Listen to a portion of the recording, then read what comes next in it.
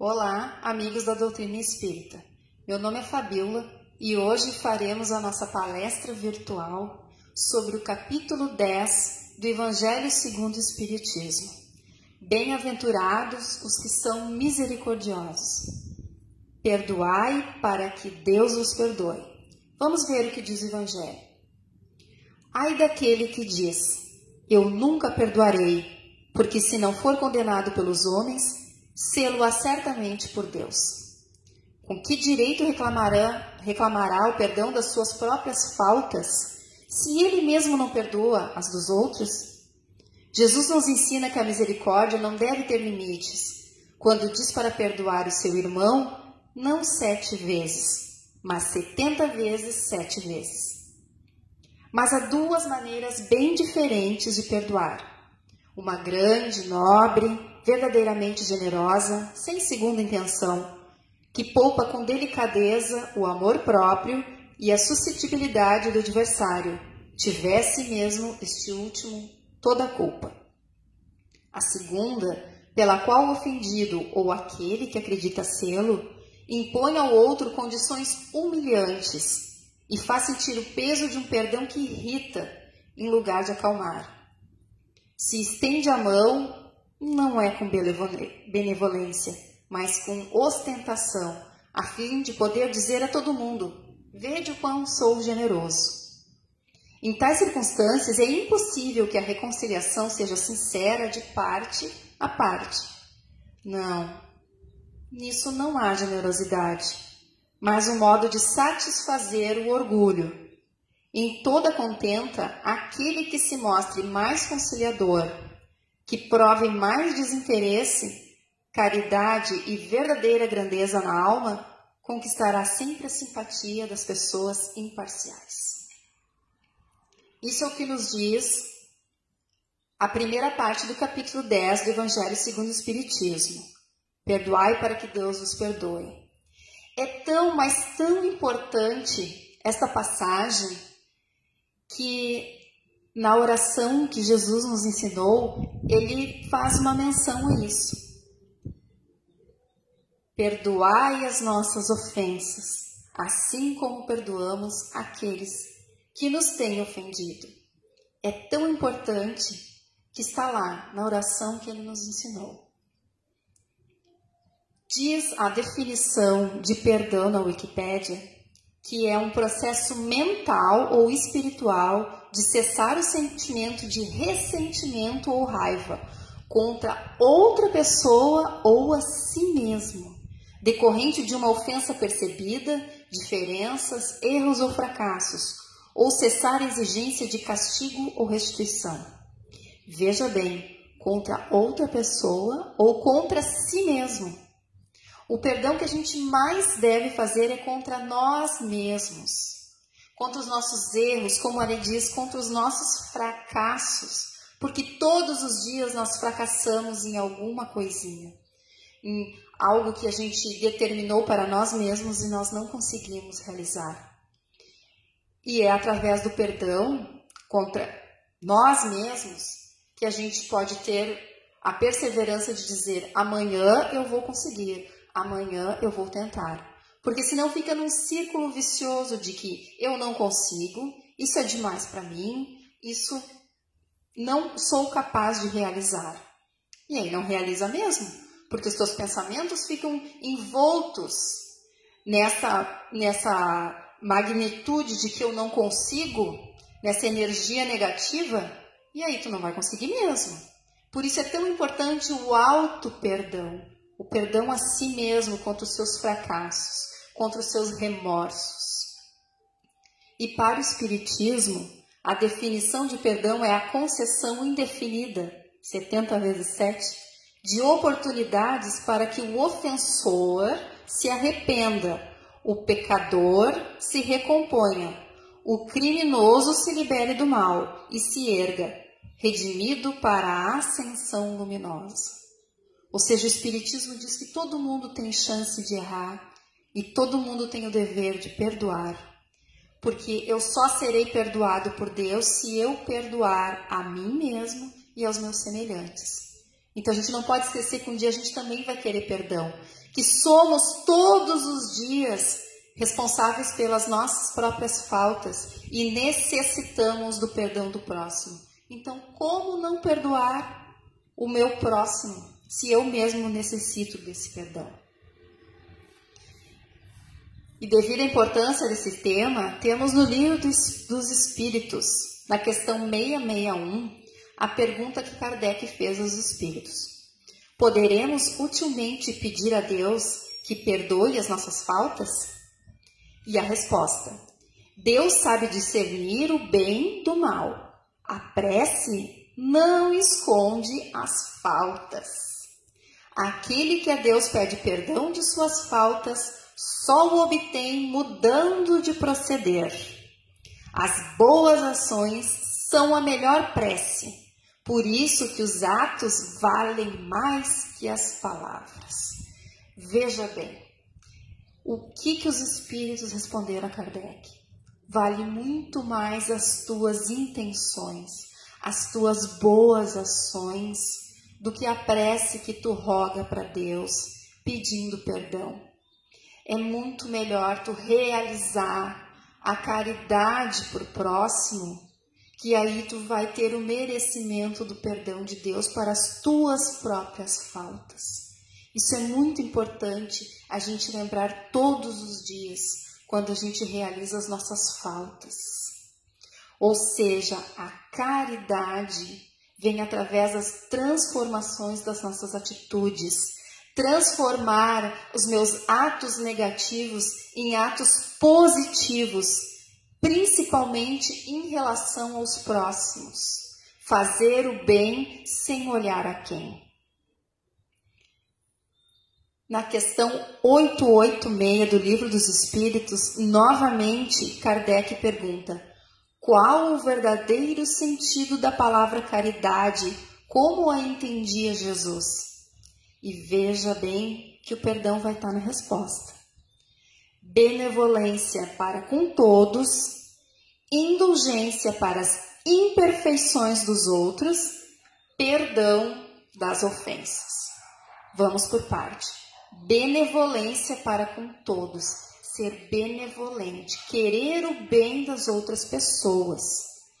Indulgência para as imperfeições dos outros. Isso os Espíritos querem nos dizer que nós devemos nos lembrar que o próximo, ele também erra. E eu também vou errar. E talvez ele não esteja num processo, num adiantamento moral que eu estou. Então eu tenho que ser indulgente para com os erros deles. Se ele errou, e principalmente se o próximo errou repetidamente, em vez de me irritar com isso, eu devo pensar que ele ainda não aprendeu. Ele ainda não atingiu essa maturidade moral de aprender que ele está errado e se modificar. E que se eu já aprendi isso, que bom, mas é meu dever como cristão ensinar aos outros. Mas aí eu vou bater lá e vou dizer para ele: não, tu está errado, tu tem que fazer conforme eu faço? Não. A gente tem que fazer através das ações. Nós temos que demonstrar através de atos o que eu produzi de aperfeiçoamento moral. E isso, os que estão ao redor, eles vão perceber. E perdão das ofensas. Porque se perdoardes aos homens as suas ofensas, assim também o vosso Pai Celeste vos perdoará. Vamos falar um pouco mais disso. O que é perdoar? Perdoar significa entender que cada um está num estágio evolutivo. Cada um enxerga e percebe a vida de uma maneira. O que para mim é o fim do mundo, para outra pessoa pode ser a coisa mais normal. Porque ele já percebeu coisas que eu não. Porque estamos em processo evolutivo moral diferente. Assim como ele tem que me entender, eu tenho que entender o próximo. Ao invés de nos irritarmos. Portanto, é da condição humana estar suscetível a erros. O perdão diz respeito a tentar se colocar no lugar do semelhante e entender as suas ações. Antes de qualquer coisa, é exercitar o amor. É entender por que aquela pessoa está fazendo aquilo daquele jeito. Muitas vezes, até mesmo se autodestruindo.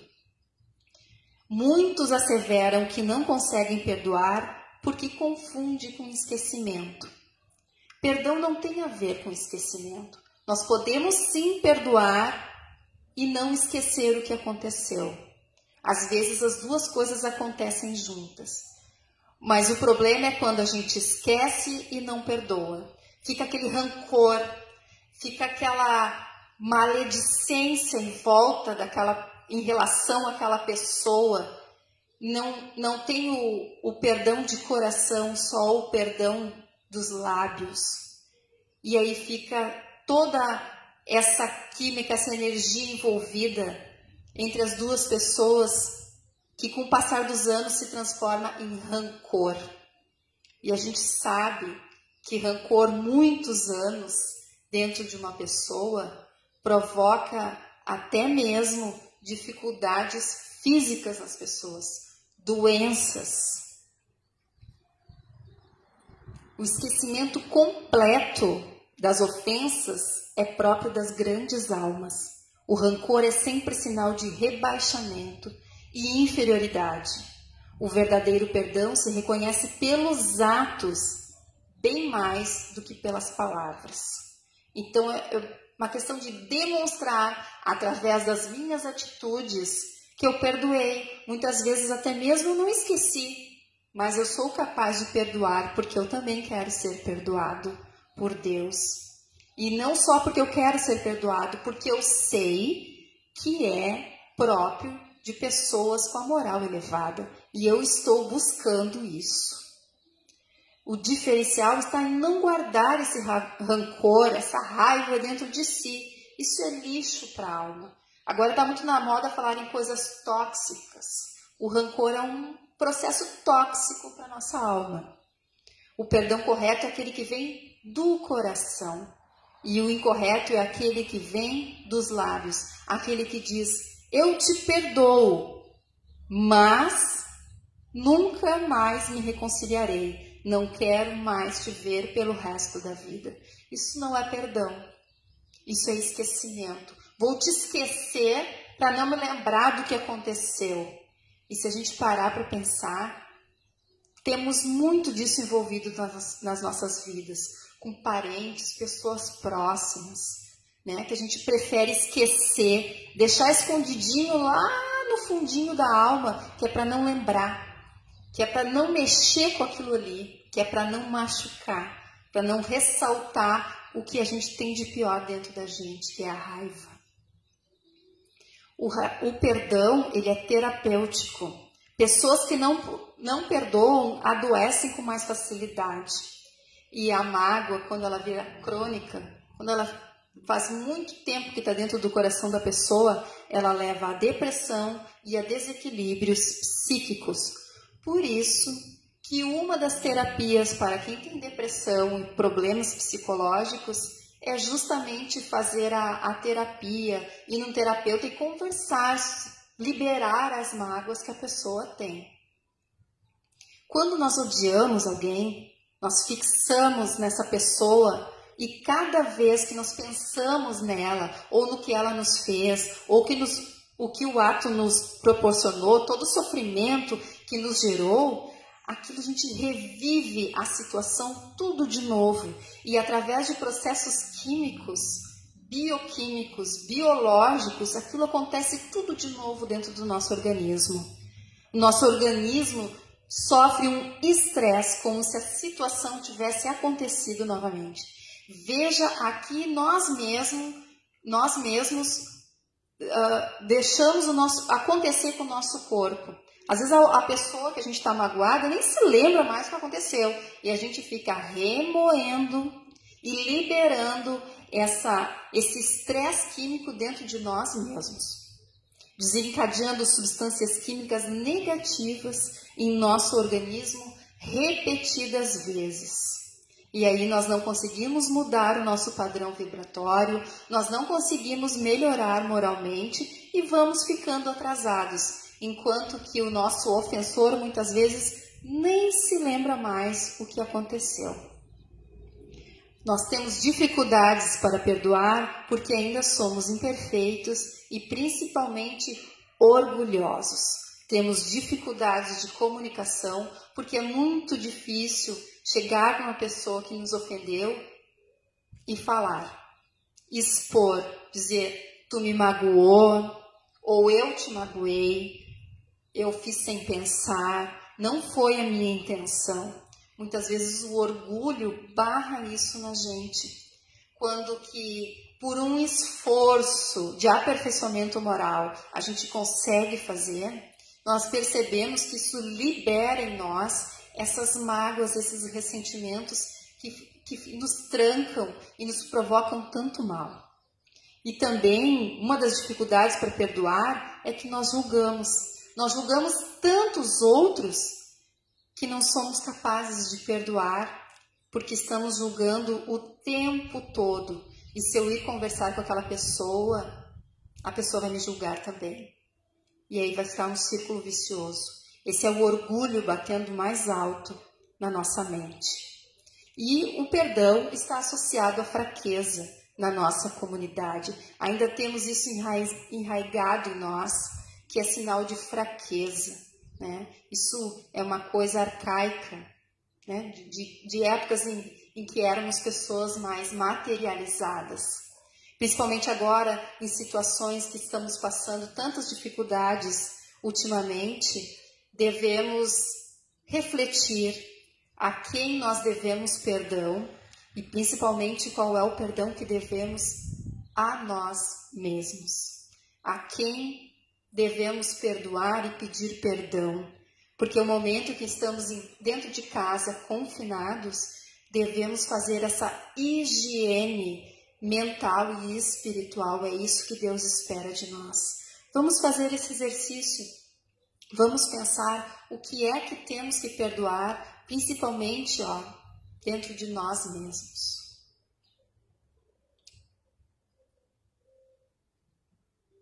Tem uma poesia falando sobre perdão. Se tiveres amor, caminharás no mundo como alguém que transformou o próprio coração em chama divina, a dissipar as trevas. Encontrarás nos caluniadores almas invigilantes, que a peçonha do mal entenebreceu, e revelarás toda ofensa com que te martirizem as horas.